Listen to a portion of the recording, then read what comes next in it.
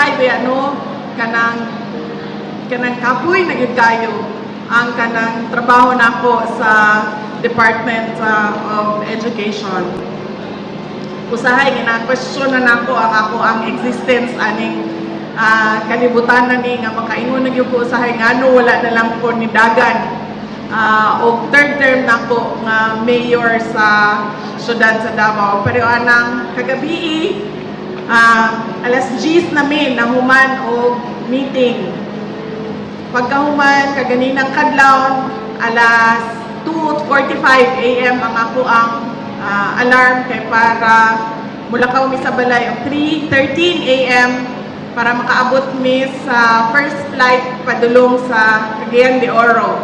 Pagkahuman paglanding na mo dito sa Cagayan de Oro, diretso mi og Butuan. Kay giatuan na mo ang katong mga eskwelahan nga nagpilot og matatag curriculum sa ilahang grades 1, grade 4 ug grade 7. Doon na po'y activity ang Vice Mayor's League dito sa Butuan City. Nagatupog ko pasalamat sa mga vice mayor ug sa ilahang ug pag-awhag kanila. Nagingon ko nga kung doon na sila'y tingog sa ilahang local school board, pwede ba masuportahan nila ang school-based feeding program sa Department of Education. Pagkahuman, nilupad mi og isa ka oras o 1 hour and 5 minutes gikan Butuan padulong dinhi sa Tudela. Wala pa kibalo kung mahulog na ba ng chopper o dili pa. Una-una ka Ginoo mo na ba ni ang katapusang adlaw sa kuan kinabuhi. Kay usahay mo uyog ang chopper, usahay mo wala ang giyahang uyog makaana ka kung muuyog ba ni mo kung mauna ba ni ang ending aning adlaw ni pagkahuman dinhi sa inyo sa Tudela unya ko diretso mi dito sa Misamis Oriental kay mag-adto mi sa ato ang mga kaigsuonang Muslim, maghatag mi sa ilahang pahalipay para sa paghuman sa ilahang Ramadan, sa ilahang selebrasyon sa Eid al-Fitr. Munang pag makanungog ko mga ingana na kanta ma'am, unya makanungog ko usahay o kanang nahimuhumong sa ako o kanang padayon lang.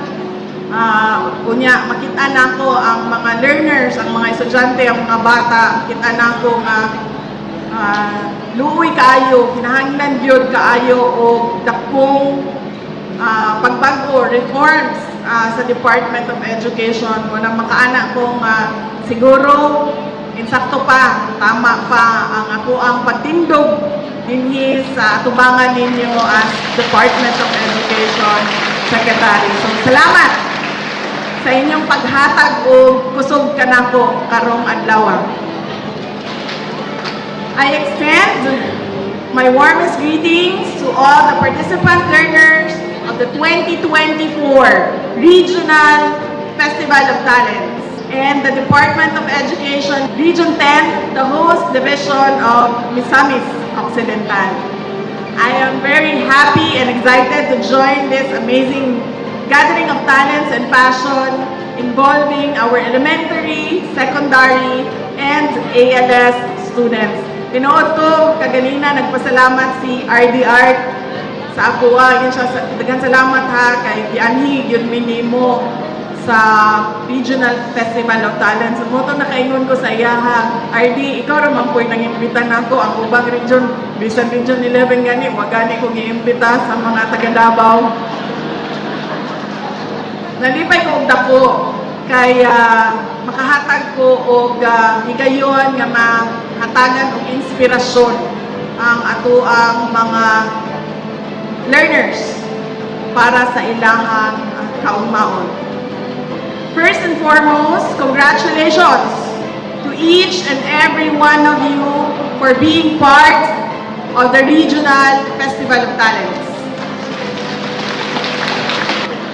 Your presence here speaks volumes of your dedication to excellence and determination to surpass limits. As we witness your skills, and abilities on display, let us not forget the significance of this gathering. It is a chance for us to learn from each other, to grow together, most importantly, to inspire one another. Kung ganin ni Arlie the Art, duha lang ang naanimhi, ang mudaog o ang makakatkon, to win and to learn.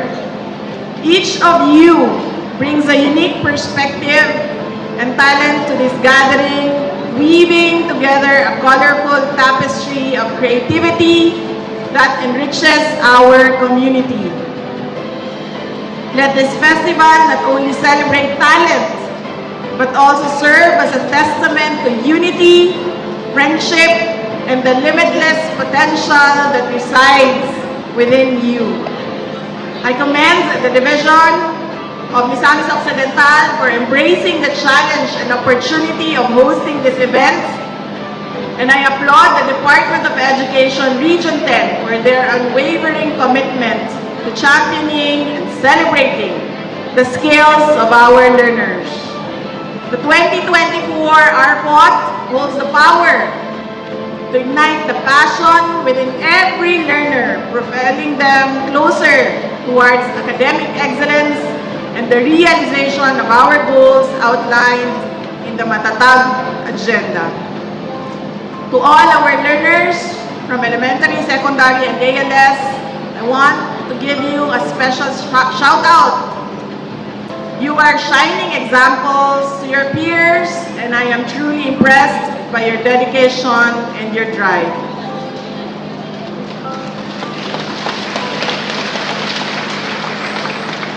As representatives of your respective divisions, you are already champions in your own right.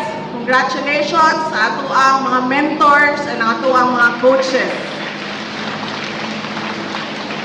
Your creativity and talents hold immense power to inspire change within your community. Keep shining bright because you are the future leaders who will make a difference. Daigon unta ninyo pirmi ang atong kultura para mas maningkamot o mag-amuma ang tanan paadto sa usa ka mas hapsay, masinadyaon o kusog nga nasod. The Office of the Vice President and the Department of Education are proud of the exceptional talents of our Filipino youth. Within the framework of the Matatag Agenda, our mission is clear: to cultivate and nurture the diverse and numerous intelligences residing within each and every learner. Education, often heralded as the great equalizer, possesses the transformative power to break the cycle of poverty and inequality.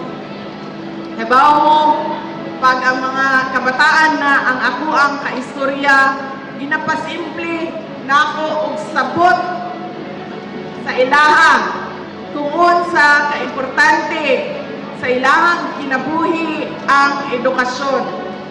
Pananglitan, kitang tanan linhi sa sulod aning gym, mga graduate of nursing, mao ni ang atuang graduation ceremony. Doon na tayo isa ka classmate, ang ilahang pamilya wala maglisod. May kaya ang ilang pamilya, maayo ang ilahang negosyo, dako og kita, ang iyahang amahan, inahan, na ay negosyo, na pagtrabaho, doon na pag-sideline, wala siya maglisod sa iyahang pagkaon kada adlaw, wala siya maglisod, sobra-sobra ang iyahang baon, wala siya maglisod og bayad sa iyahang tuition para ma-eskwela og nursing. Ang atong isa ka classmate, gikan sa pamilya nga pobre, maglisod og pagkaon sa ilahang mga anak, inadlaw lang ang kwarta nga muabot. Ang bata, usahay na ay kwarta, usahay wala, usahay makakaon, musulod sa eskwelahan, usahay di. Ang iyang tuition, inutang din ha, para lang mabayran ang iyang tuition. Pero kining adlaw na ni, ngano greatest equalizer man ang edukasyon. Tungod kay, kitang tanan, walay dato o pobre kanato. Kay pareho tang tanan na human o nursing.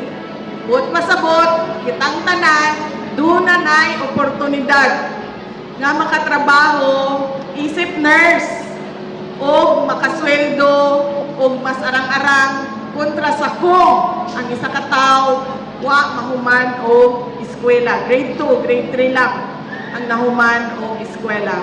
O kana, ang pasimple na eksplanasyon nako sa mga kabataan na unta, inyuhang madam o mapasabot kanila ang importansya sa ilahang pagtuon o sa ilahang pagpaningkamot para sa ilahang edukasyon kay kana para sa ilahang kaugmaon. I also want to say a big thank you to all our teachers, coaches, and trainers who have been working so hard to help our contestants get ready. You are the real heroes, believing in each and every one of our learners and helping them reach for the stars. Daghang salamat sa inyong serbisyo sa ato ang kabataan. Kay bao mo na ay kakulangan sa mga magtutudlo sa tibuok kalibutan. Okay, bao mo sa ako ang trabaho as President of the Southeast Asian Education Ministers Organization o si MEO. Ganahan, o gusto yun sila mo-recruit og mga Pilipino na mga teachers. Tungod kay resilient, matatag, kugihan, masipag, o maayo mag-in-English. Maunang dako kayo ko og pagsaludo sa ato ang mga teachers, sa ato ang mga coaches, sa ato ang mentors nga nagpabiling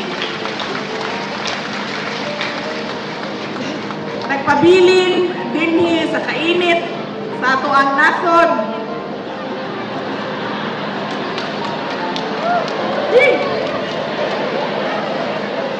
Ako kay ko pagsaludo sa inyong mga tao.